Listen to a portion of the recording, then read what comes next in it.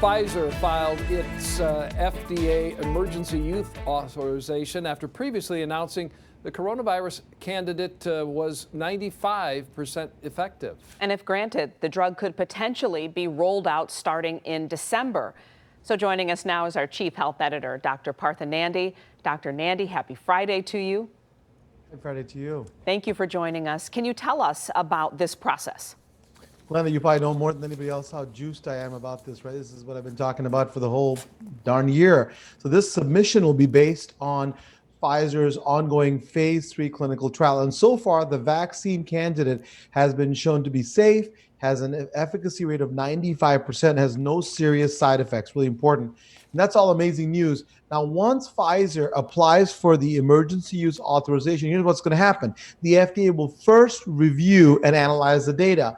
And then what they're going to do is that they'll get a group of outside experts together. This group will then scrutinize the data looking at safety, right? Really important, safety and how the drug works and if it's ready for the public. And once they weigh in, Glenda, then the FDA will make a final decision on whether to approve the vaccine for emergency use authorization.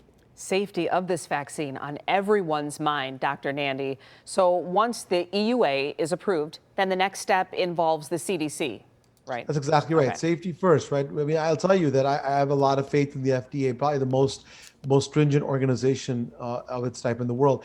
If what happens is that if no one can get vaccinated, Glenda, until a CDC advisory committee looks at this data, the committee is also an independent panel of experts. I want to emphasize independent. Now, the good news is that the committee typically meets within 24 to 48 hours after emergency use authorization is granted, which is fairly fast. And what this committee does is this: it decides who will be first in line to get vaccinated and who should not be vaccinated.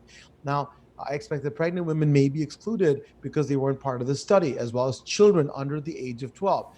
Now, who might be first in line to get the shots? Well, expected to be healthcare workers, essential workers, people with underlying health conditions, and folks, older folks as well. So you'd be getting the shot, Doc, right? I'm ready for it if I can do it. So the first shots starting in December. So what can you tell us about this? Because there's a series of 2.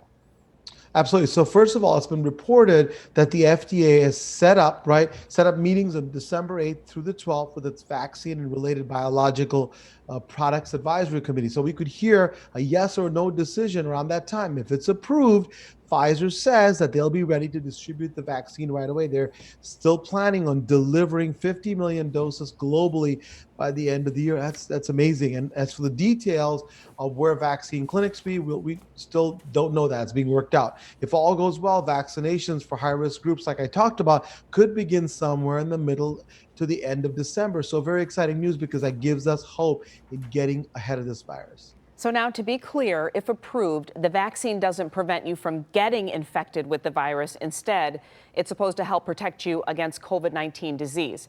Please explain.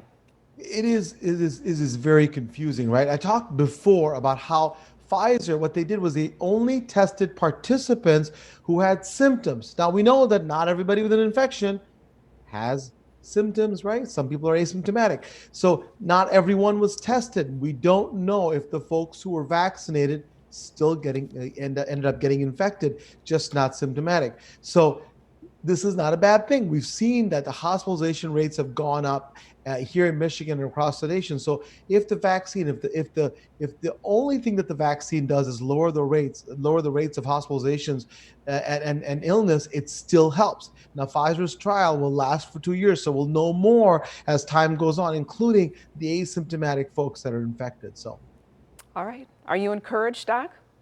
Oh, I'm juiced. I'm more than encouraged. This is what we're waiting for. We got to get ahead of this and really take hold of our lives and our societies and not have people die from this virus. That's what I'm excited about.